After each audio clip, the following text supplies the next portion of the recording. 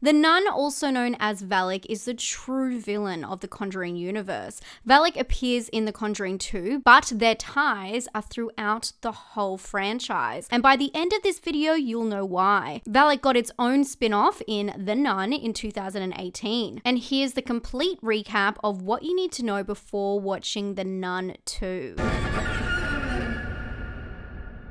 The first Conjuring movie focuses on the Perron family, who are battling an evil force known as Bathsheba, a witch from the 19th century who tried to sacrifice her children to Satan, cursing those who inhabit her land. Something to keep in mind is that the films are very tightly connected, and in this film, there is a scene where the Warrens give a seminar at the University of Wakefield, Massachusetts. This is where Carolyn Perron enlists them for help. But what's important about this seminar is they discuss and show a prior case that Lorraine was traumatized by. This is important as it ties into the backstory of the Nun. By the end of this video, it will all be explained, but Valak doesn't officially appear until The Conjuring 2, so let's start there. The film opens up in 1976, where we watch husband and wife paranormal investigators Ed and Lorraine Warren examine the Amityville house. They're there to determine if a demonic presence was truly responsible for the horrific events in the home. During a seance, Lorraine sees the truth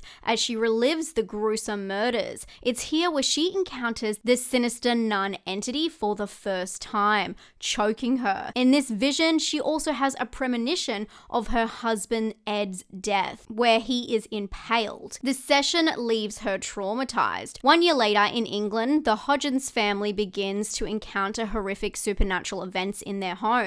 The entity seems attached to Janet, the second oldest among the four, because she has been experimenting with a Ouija board. Janet wakes up in strange places around the house after sleepwalking episodes, and soon an elderly man begins to talk through her. We later find out this man is Bill Wilkins. Over time, the paranormal events and Janet's episodes become more frequent. Meanwhile, back in America, Ed can't sleep and paints a figure he says he couldn't get out of his head. Why would you ever paint this is beyond me, but this painting becomes an iconic part of the franchise. It's the Nun, whose true identity is unknown at this point. Lorraine is horrified when she sees this painting and is reminded of the vision she saw of her husband's death, and asks him if they can take a break from investigating in an attempt to keep the vision from coming to fruition. But later, their daughter Judy witnesses the nun walking around their house.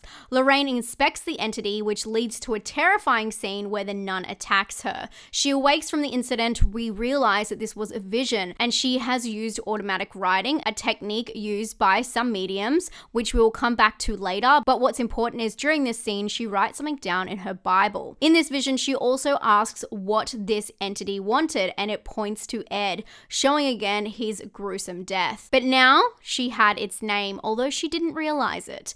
Back in England, the children and their mother Peggy become terrified of the entity haunting them. It's shaking their beds, moving their furniture, and marking their bodies. They seek refuge with the neighbors. The police come to check on their house and witness the paranormal activity themselves. This police report then gathers the interest of the media, who attempt to interview the family. During this interview, Janet becomes possessed by the spirit of the elderly man. Now we find out the truth about Bill Wilkins, who used to live in the house and is attached to their armchair, which came with the property. The paranormal activity continues, and the little brother Billy witnesses the character from his Crooked Man Zoetrope toy come to life in a chilling scene. And with Janet's possession caught on film, the story eventually reaches the Warrens, who are asked to investigate Janet's possession and if it's a hoax or not. Fearing that her visions of Ed's death may manifest, Lorraine agrees reluctantly. Ed and Lorraine arrive at the property in England and begin to inspect the house, questioning the family. They conduct a recorded interview facing away from Janet as the spirit instructs. Janet becomes possessed with Bill, and Ed attempts to get the spirit to move on. But later the Warrens confess in private that they're not sure if there even is a spirit or Janet's just in turmoil. Although when Ed helps around the house while cleaning out the basement, he witnesses Peggy being bitten, although he's unable to tell how exactly it happened. The Warrens seek counsel from other local paranormal investigators investigators, including Maurice Gross and Anita Gregory, who assists in assessing the authenticity of the case. But on tape, they catch video evidence of Janet destroying the kitchen after claiming it was the entity. This casts doubt on the whole case, and the Warrens leave suspecting that it has just been a hoax. But it is revealed that Janet purposefully wrecked the kitchen on tape, as the entity threatened her if she didn't get the Warrens to leave, that it would kill her whole family. Meanwhile, the Warrens realize that there is evidence on the tapes that they recorded. When they play back two different recordings of Janet, they find the truth. Bill Wilkins is being controlled by another entity entirely. It wasn't him, but someone using him as a pawn. Of course, it's the nun. Everything they saw in the house, the old man and the crooked man, were just a facade to keep them from seeing the true evil. This entity is very powerful. They return to the house and are separated while trying to battle the entity. Lorraine fears for Ed, worrying that her visions will come true. But she realizes that she has something that she can use, the entity's name. Remember before, she wrote it down during her vision. Finding the Bible, she reveals the name Valak. Just as this happens, lightning strikes a tree in the yard, mirroring the impalement scenario from Lorraine's vision.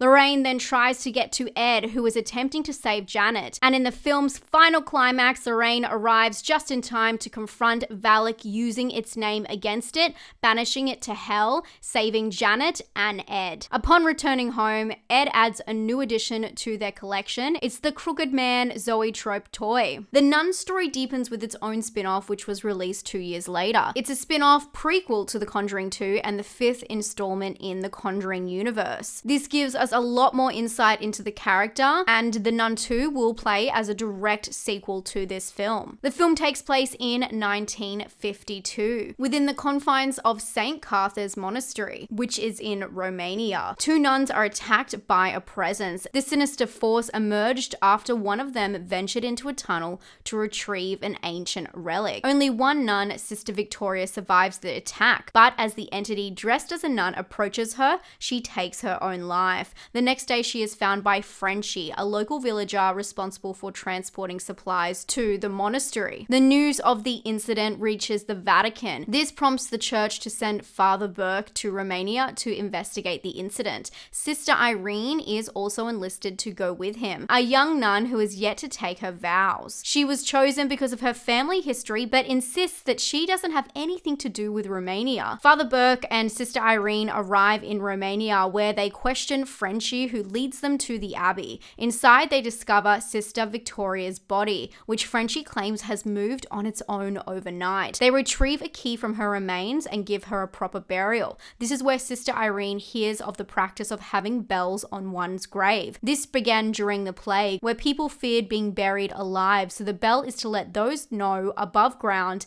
that they were buried by mistake. After this, they meet the abbess, who reveals that the nuns observe a nightly period of silence. She allows Father Burke and Sister Irene to stay the night in a different part of the building. Frenchie leaves, but is attacked by a demon dressed as a nun on his way home. He manages to survive the ordeal, which seems like more of a warning. Father Burke and Sister Irene bond over dinner, and with Irene revealing that she had visions as a little girl. These visions always ended with the same phrase that was stuck in her head: Mary points the way. This piqued the church's interest in her. In return, Father Burke reveals something about himself, the guilt he carries from an attempted exorcism gone wrong, resulting in the death of a young boy called Daniel. That night, Burke is woken by the radio turning on by itself. Investigating, he sees a young boy in the graveyard that he believes to be Daniel. He follows it and is lured into a casket, buried alive by an evil entity. Irene awakens and has a vision of a ritual and sees Valak, who attacks her through a mirror. She then runs into the graveyard and hears the ringing bell from Burke, who is buried underground.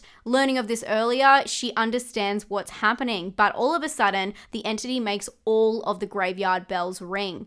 but Sister Irene closes her eyes and uses what we now know are her psychic abilities to find the grave that Father Burke is inside, and she saves him. The next day, Irene and Father Burke return to the abbey, but only Sister Irene is allowed to enter. Inside, she encounters the other nuns who are engaged in constant rotating prayer to keep the evil entity at bay. Sister Juana reveals that the abbey was built in the Dark Ages as a castle to be used by the Duke of St. Carter, a powerful aristocrat obsessed with the occult. The Duke summoned a demon through the rift in the catacombs, but was killed by Christian knights, who sealed the rift with a vial filled with the blood of Christ. The rotating prayer is to protect this seal. However, the bombs during World War II reopened the rift, unleashing the entity. Sister Irene tells Sister Juana about the nun that she saw last night. It's revealed that the nun is well known as an evil spirit hiding amongst them. This demon's identity as a nun is to mock them and to try corrupt the nuns who pray. Sister Irene is told to spend the night within the abbey. Meanwhile, Father Burke researched the darkness he encountered the night before and identifies the demon as Valak. He also discovers that the abbess that they spoke to the first night died long ago. Sister Irene has a vision that night. She awakens to an evil presence in her room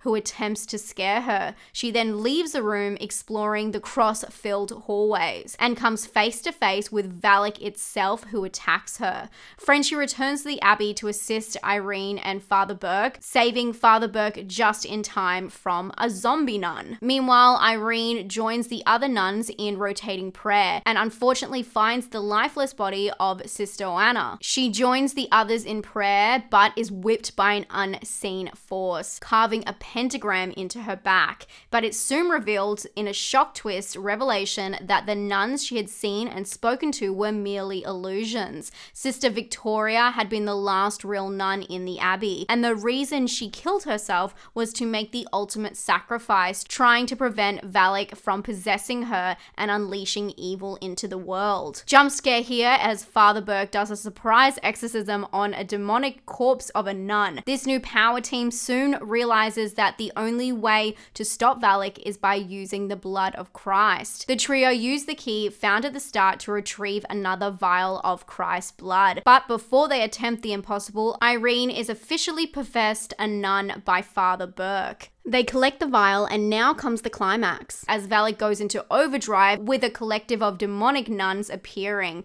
The team are separated, facing all of their own fears at once, but it's Sister Irene who is chosen to be possessed by Valak. Frenchie attempts to save her by applying the blood of Christ into her face and expelling the demon. Irene is thrown into a body of water, and Burke is attacked by an entity appearing as Daniel. Valak attempts to drown Irene in the flooded chamber. But in a twist, Irene spits what was left of the vial of the blood of Christ into its face, banishing it, sealing the rift once again, or so it seems. The trio recover and Frenchie reveals his real name, Maurice. And all seems well as they prepare to leave the abbey, but it's revealed that Maurice has a mark of an inverted cross on the back of his neck, leading us to believe that Valak may be possessing him. And although that part of the story is over, here comes the important part. The film ends with a flash forward to 20 years later. In the university seminar in Wakefield, Massachusetts, this is the scene I mentioned at the start. It's featured in the first film, where we see Carolyn Perrin watching Ed and Lorraine Warren speak. This was just before she sought their help. They present footage of their attempt to exorcise none other than the possessed Maurice, tying the events of the nun directly to the Warrens. In the footage, Maurice seizes Lorraine, and this is how the nun, or Valak, became the center of the Conjuring universe. It was there all along. Valak is also somewhat featured in the scenes that tie into the Annabelle films. In Annabelle Creation, Sister Charlotte shows Mr. Mullins a picture of herself during a time at the Abbey in Romania. Mr. Mullin asks who the nun in the background is. Then, of course, Sister Charlotte looks at the picture confused, and it reveals that it's Valak. But that's everything you need to know about The Nun before The Nun 2. And if you'd like to check out other brand new horror films being released this month, this list has dates and streaming platforms listed ready to go. If you like an easy catalog version of horror, watch this one next. Stay safe and stay spooky.